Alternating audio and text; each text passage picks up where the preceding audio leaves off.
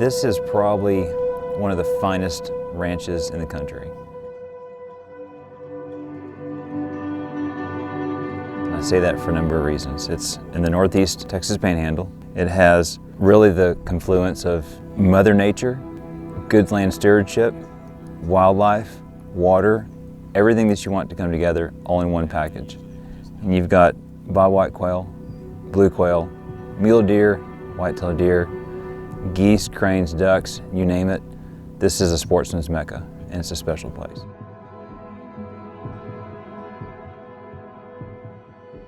We have a common theme, and it's about land stewardship and enjoyment of the land and being together and fellowship and friendship, enjoying all that God puts together like this. And so we've come together for a number of reasons, but I feel like there's a lot coming together for one reason right now, and that's to promote being outdoors and being with your friends.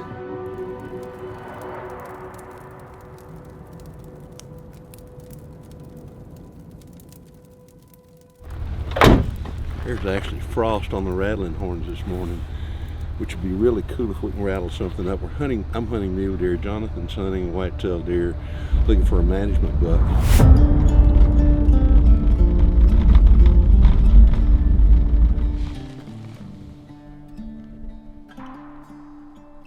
I grew up out in the country where we worked hard, and then we had every opportunity we'd go hunting and fishing, and I knew from the word go that I wanted to be something as a profession to be involved in white-tailed deer or in fishing or in hunting or anything having to do with hunting and guns. So it started back when I was a little bitty kid.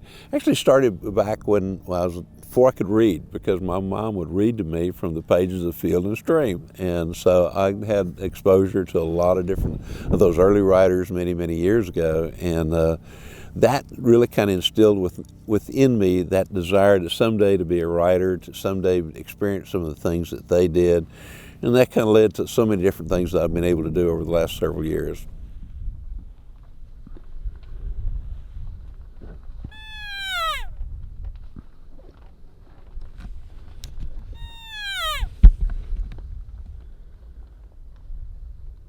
Here she comes.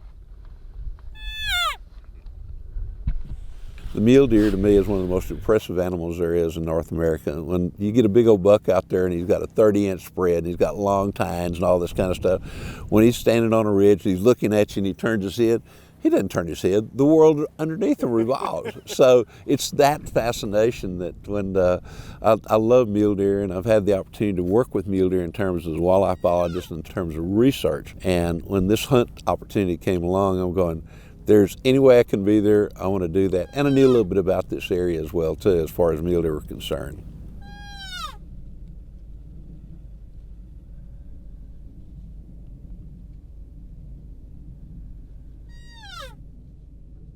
I mean, this is an iconic ranch. You know, not just this Canadian river valley here and the Panhandle of Texas, but this specific ranch. Everything points to quail. Like all of the management practices for the last 25 years have pointed to improving the quail. And so the quail hunting on this place right now is spectacular. We just happen to, you know, be blessed to enjoy it for a couple of days.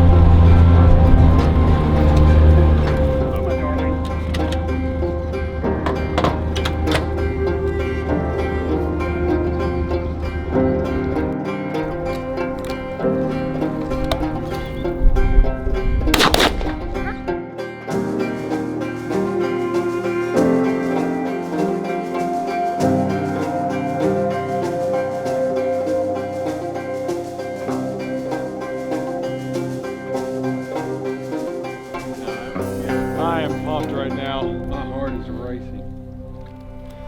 That's awesome. Good stuff, Justin. Good stuff.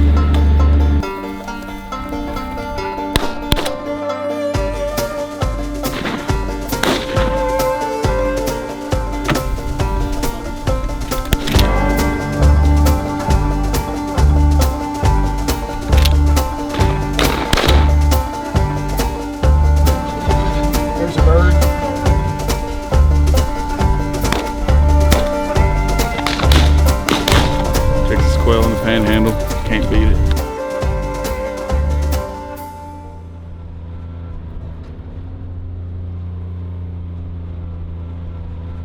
Mule deer, particularly the does, have a huge maternal instinct, probably more so than what the white-tailed deer does.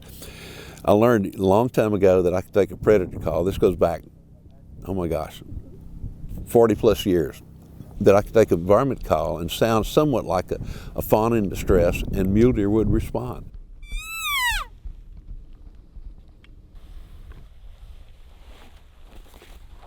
And here we are in the fall. You know, the fawns were born in the spring, but that maternal instinct is still there. And even we had does that were obviously at the peak of estrus, where those bucks were chasing them, and you would think that they were, no, I'm thinking about something else. But guess what? We started making that sound, trying to imitate somewhat, as best as we can, what a mule deer fawn sound like. Here they would come, and they would come at a run.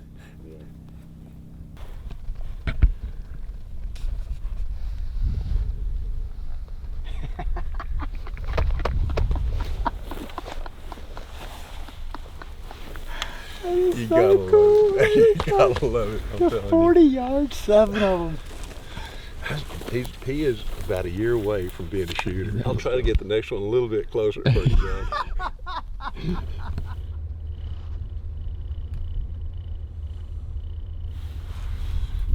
He is right at a 160, if not better.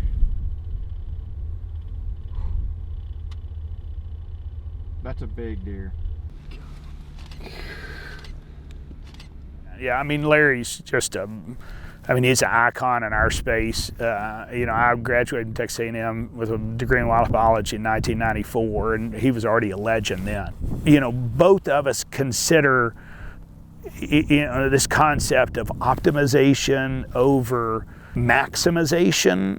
And so, you know, as a landowner or, you know, stewarding a resource like this, I think we both see it the same way. If we're just trying to maximize quail or maximize deer, something else is going to be a lower priority, right? Something else is going to lose out.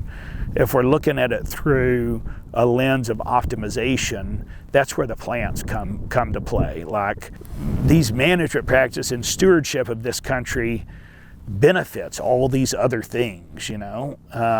And so even though I might be pointed at quail and Larry might be pointed at deer, and our actions from a management perspective are pointed at those things, we're benefiting a lot of other things. Daddy taught me how to sit in a duck blind underneath Mississippi flyway.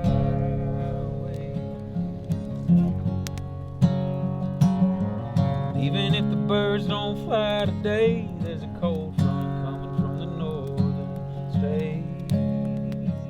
It's really hard these days to unplug, and I think we're all in our own bubbles, especially since COVID. I mean, I think that it's hard to get out and meet new people and find people that you have shared hobbies with, and I think that's what the goal of this whole weekend was, and I think it was a huge success. I mean, the fact that very few of us knew each other. I mean, I think that's what's special about getting outside and really getting outside like this, getting a campfire, getting the tents out, letting your phone die, unplugging, because it makes you talk to people. I mean, if we had our phones right now and we had service, I think we wouldn't have hung out as much as we have. And so getting to watch Justin and see why he loves the birds, why he loves the dogs. So you got the quail side and the upland side with Justin and Larry talking about the deer, and I think there's a shared love of the outdoors. And I think Larry would be the first one to say that Larry probably knows more about whitetail hunting than anybody in the world, and he talks about it's the basics, you know, it's the simple things, and even he doesn't know everything, and so it's fun to see him out here trying to learn, but also trying to pass on to the next generation. And I think this whole group here, there's a shared love of the outdoors, and how do we grow this? How do we get more kids outside? How do we get more fathers and sons getting outside to hunt? And it's a scary thing for a lot of people if you don't have a dad or an uncle or, you know, a friend who's willing to say like, hey, I'm going to take you outside and I'm going to show you how to whitetail hunt, or I'm going to show you how to duck hunt. It can be a really intimidating process. I know he was trying to do the best job that he could, and he loves my mama well, set us up right when we fell.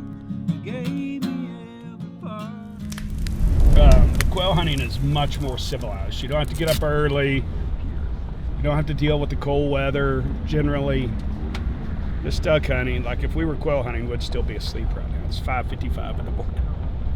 So, I hope it's worth it.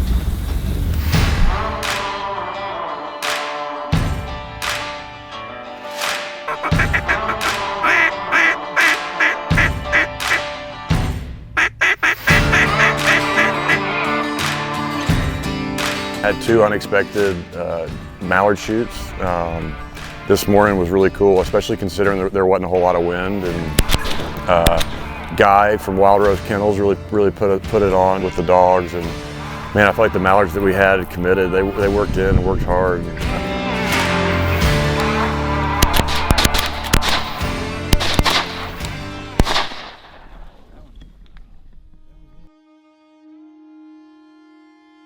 What's cool about this experience is like when you're usually hunting and stuff, it's like you're like, man, I want to go get this done.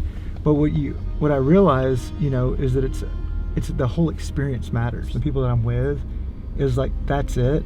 And then you're almost rewarded by going and looking over your shoulder and you're like, there it is. Yeah.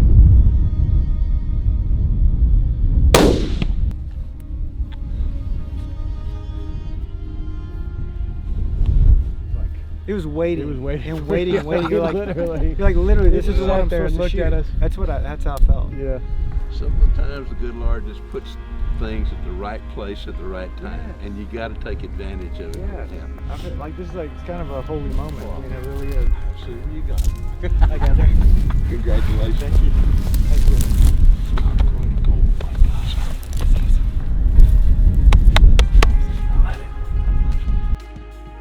Came here and it's like, oh, you just got this and you still have an hour, and like, I'm so glad you didn't not take advantage of the moment with your friends to see the wildlife and experience and wonder what was going on and what's going to happen and things like that with these other things that make up the whole ecosystem. That's what's going through my mind right now. Heck yeah. One of my goals in life is also to try to take a really big mule deer.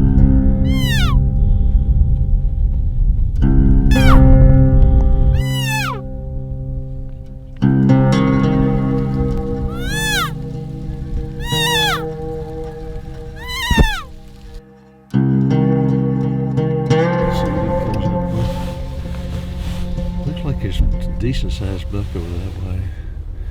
Could see a little bit of mass. I think he's past his ears maybe. I can't tell anything about points or height. But he's a big bodied deer.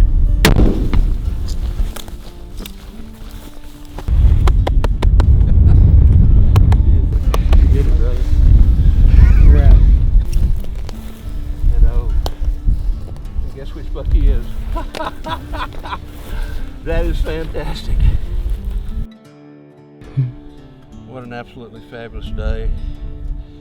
Hunting with the Bird Dog Adventures on properties that they take care of and take hunters and work with in every aspect, and had a day to where we called up, oh my gosh, probably 50 or 60 mule deer, including a whole bunch just a little while ago we saw this one. This one was a really old, nice buck, and it's just too good to pass up.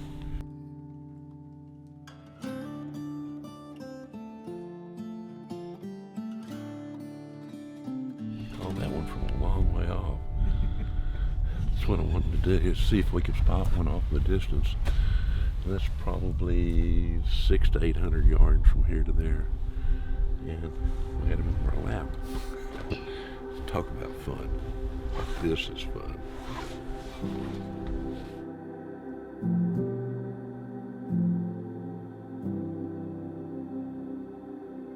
I think the sky's the limit for Field and Stream and Bird Dog. I think it starts with our friendships with one another, the leadership teams, and then kind of casting a vision for all of the Bird Dog folks and all the Field and Stream readers to actually go take what you're reading and get to put it into practice. And so we want to get guys and gals out on a place like this and have many memories that you can create around the campfire. And we're sleeping in teepees. It's like 19 degrees. It's really cold. We get up and there's a fire there. We have coffee and we get to go out. and there's something special that we want to recreate. I mean, we're going to do this a ton. We're going to do this in hunting, we're going to do this in fishing, we're going to be outdoors, and it's going to really impact people's lives. And I think these friendships and these brands that are very important are really going to make a big impact in this country. I can't wait for this partnership to continue to move forward.